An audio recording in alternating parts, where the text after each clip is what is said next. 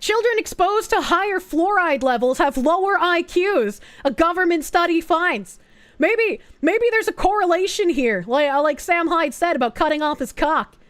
Maybe the more fluoride in your water, the higher chance of you wanting to cut your cock off. Maybe there's something here, chat. Every 1 part per million increase in fluoride in urine, a way of measuring all the sources of fluoride a person consumes, was associated with a roughly 1 point drop in a child's IQ score. While an impact like that may seem small for any one person, on a wider scale, the study authors note, the consequences are significant, especially for those who are vulnerable because of risk factors like poverty and nutrition. A 5-point decrease in a population's IQ would nearly double the number of people classified as intellectually disabled. The study, which was published Monday in the journal JAMA Pediatrics, comes with a backstory. It was conducted by scientists at the government's National Toxicology Program, a program that evaluates chemicals and other things people are exposed to, like cell phone radiation, for their potential to harm health. It began in 2015 and was subjected to several rounds of reviews, in a process that some critics charge was designed to delay its public release. The full review was finally published as a lengthy monograph in August, and in September, the study became the basis of a federal judge's ruling ordering the U.S. Environmental Protection Agency to further regulate fluoride to protect children's intellectual development. Simply put, the risk to health at exposure levels in the U.S. drinking water is sufficiently high to trigger regulatory response by the EPA. Under federal law, U.S. District Judge Edward Chen wrote in the ruling, in November, Robert F. Kennedy Jr., President-elect Donald Trump's pick for U.S. Health and Human Services Secretary, made headlines after he called fluoride an industrial waste and pledged that the Trump administration would advise utilities to stop adding to public water supplies. Fluoride is a naturally occurring mineral that's found in soil, rocks, and water to varying degrees. On the recommendation of the U.S. Centers for Disease Control and the World Health Organization, many cities have added fluoride to their treated drinking water for decades to protect teeth from cavities. As it washes over teeth, fluoride can stop early decay by putting minerals back into tooth enamel. It also makes teeth more resistant to acid and interferes with bacteria's ability to erode teeth. All right, so chat, I'm a hag, right? And I've talked about my one filling my one silver filling that I have in my mouth. And I think I mentioned I need like 2 fillings at this point. So I'll have 3 total once I get the other 2 done. So I've had 3 cavities over the entire course of my life. And ever since I was a child, I did not like drinking tap water. I only drank bottled water. So I was not getting the nutritious, delicious fluoride that all children crave. So clearly, the fluoride is not doing what it claims it does. If my teeth have been better than my peers, and I have done essentially nothing to them. I didn't even see a dentist for like a decade because I said fuck dentists when I turned 18. I said, fuck them. I don't ever want to see one of those pieces of shit again. So I didn't even go in for regular fucking cleanings. Only 3 cavities in my entire life. Did I brush my teeth? I mean, most of the time. Did I floss? Let's not talk about flossing so much, chat. What even is flossing if you think about it? You know. Avoid candy. I have a sweet tooth that would rival a giant living in a candy village. All right, okay? Like, I eat copious amounts of sugary shit. Especially when I was younger. I would put away like 2 12-packs of soda back when I was a constant rollerblader, okay? I would eat and drink things that were terrible for my teeth. I avoided dentists. I didn't drink tap water. 3 cavities. Okay, but why do I have to drink it? So I'm just saying.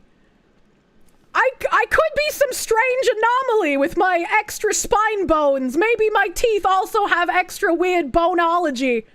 Maybe I'm a weird chimera woman fox lady. But maybe they've been lying about the fluoride. Maybe they haven't been exactly truthful about the fluoride. Fluoride was marketed as healthy for teeth by Aluminium Company of America, who produces it as waste for aluminium production. Those pieces of shit. Some people are born with shit teeth and shit enamel. Yeah, but that's just like unfortunate genetics. That has nothing to do with the fluoride, though. How does fluoride in my throat and belly help my teeth? Boneology is a new Miles Davis album. True. True. That same year, the CDC reiterated its faith in the health benefits of fluoride, naming water fluoridation one of the 10 greatest public health achievements of the 21st century. Okay, but like, European countries don't do that. I'm pretty sure I remember people in here saying that European countries do not fluoridate their water. I could be wrong. Chat, correct me if I am wrong. Help. The UK does. We do. We indeed do not. I'm getting mixed signals. Maybe it's a per country thing. Maybe it depends on the country. You don't think anybody realized these effects existed when we started water fluoridation? But we should stop it now, obviously. Some do. The UK is a shithole, so of course they do. Okay, I guess it's maybe on a per country basis, because I definitely remember some Europeans in chat mentioning that they don't have fluoride water where they live.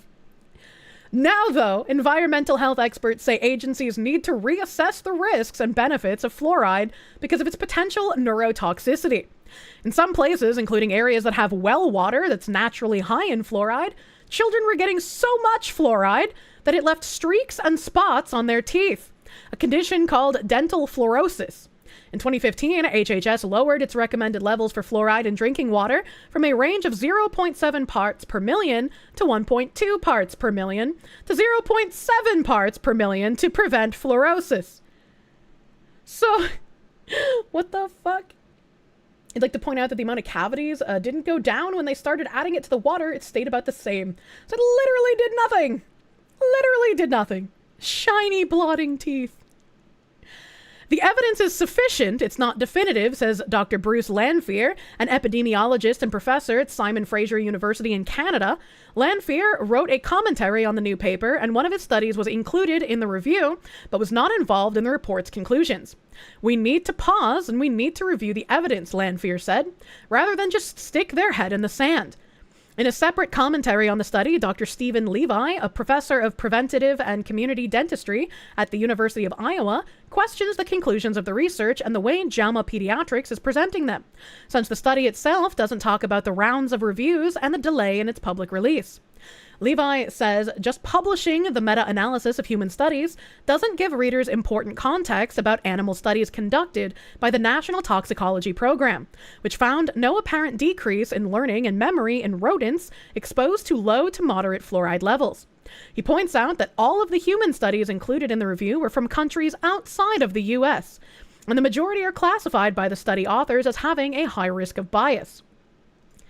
I mean, just include the US stuff then, right?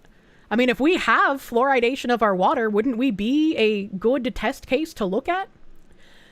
Thus, despite the presentation of some evidence of a possible association between IQ and high fluoride levels in water, there's no evidence of an adverse effect at the lower fluoride levels commonly used in CWF, or community water fluoridation systems. The study authors agree with him on that point. In a written statement emailed to CNN, they say they didn't have enough data to know if the level of fluoride that's recommended for drinking water has any impact on children's IQ. The new review includes 74 studies from 10 countries. Most of the studies, 45, come from China, where researchers first noticed differences in intelligence between communities exposed to high fluoride levels and those that did not. I'm going to need to see, more about what's different between these. And also, since it comes from China, I'm a little more incredulous. Researchers then picked apart the methods of each study, looking at factors like the age of the children who were involved, how they were tested for intelligence, and how researchers measured their exposure to fluoride, whether they examined it from less exact metrics like amount of fluoride in the water where they lived, or whether it came from more precise measures such as lab testing fluoride in urine. Some of the strongest studies from Canada and Mexico looked at measures of fluoride in the urine of pregnant women, and then tested the IQ of their children years later. The researchers then sliced the data in 3 different meta-analyses, or studies of studies. In the first study, which was nearly 21,000 children from 59 studies, they found significant decreases in IQ between children with the highest and lowest fluoride exposure. Looking at all the data, children exposed to the highest fluoride levels scored about 7 points lower on IQ tests compared with those to the lowest fluoride. When researchers restricted their analysis to only the highest quality of studies, the difference remained, though it was not as large, about 3 IQ points. In a second analysis of the studies with group-level measurements of fluoride in urine and water, the researchers found a slightly more than 2-point drop in IQ between the highest and lowest fluoride levels. When researchers restricted their analysis to the 4 studies with the lowest risk of bias in their data, they found that children drinking water with 2 parts per million of fluoride had IQ scores that were almost 5 points lower on average compared to those who weren't exposed to lower levels. Help. When researchers look at water below 1.5 parts per million, however, there were no significant decreases in IQ. I wonder if this is going to become a similar thing to like lead in paint, and how lead in paint had a huge impact on IQ of children. I wonder if fluoride is like our generation's lead paint. 5 points is quite a bit. Yeah, it's kind of significant. In a group of 4 studies with a low risk of bias that reported group-level measures of fluoride in urine, they found people with less than 1.5 parts per million in their urine, a measure of all sources they consume, not just water, found their IQ scores were about 1 point lower, on average, than those exposed to lower levels. In a final meta-analysis of studies that reported individual measures of fluoride in urine and IQ scores in nearly 4,500 children, they found a 1 part per million increase in fluoride was linked to a 1.63 drop in IQ score. Lanphier says the consistency of the findings is striking across all of these analyses. Children who had higher fluoride exposure, whether that was measured with fluorosis, which is kind of a crude measure, or fluoride in water, or fluoride in urine, they found consistent evidence that higher exposure was associated with diminished IQ. Took so long to get rid of lead gas back in the 20th century. Yeah, unfortunately. Is this why kids are so fucking stupid these days? I'ma eat the Tide Pods!